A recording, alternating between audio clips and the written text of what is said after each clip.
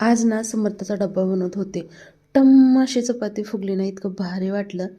आणि त्यानंतर मग पारायणाचा आज होता दुसरा दिवस. लगेच पारायणाचंही मी वाचून घेतलं, सगळं आवरले कामं. आणि अचानकच मी घरामध्ये असंच बसले होते मोबाईल बघत, तर गाडीचा आवाज आला आणि गेटही वाजलं. तर नणंदबाई आल्या होत्या माझ्या 2 नंबरच्या. तर त्यांना थोडंसं चहापाणी ते केलं आणि आम्हाला शॉपिंगला जायचं होतं नणंदबाईला. तर त्यांच्यासोबत मी सुद्धा गेले, कारण ते मलाच घेऊन जाण्यासाठी येतात प्रत्येक वेळी शॉपिंग करायला. आणि वाटेत आम्हाला छान असं गाय वासरू दिसलं. आणि आत्याबाई तर इतक्या खुश होत्या. भाऊसोबत ना नसो, पण भाच्यासोबत होता शॉपिंगला, खरेदी करू लागायला आत्याबाईला.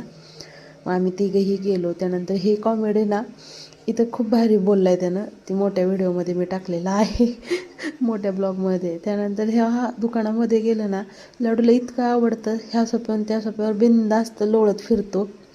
आणि आम्ही रेग्युलर कस्टमर असल्यामुळं ते काही म्हणत नाहीत, खूप लाड करतात. नवीन व्हरायटी भरपूर अशी ह्या शॉपमध्ये आलेली आहे. आणि मग तर काय वाटेत माझ्या दोघर हे लाडूला दिसलं. IPU आपण कडे घेऊन जाऊ. आल्यानंतर छान असं उपीट बनवलं, नाश्ता केला. नंदबाई घरी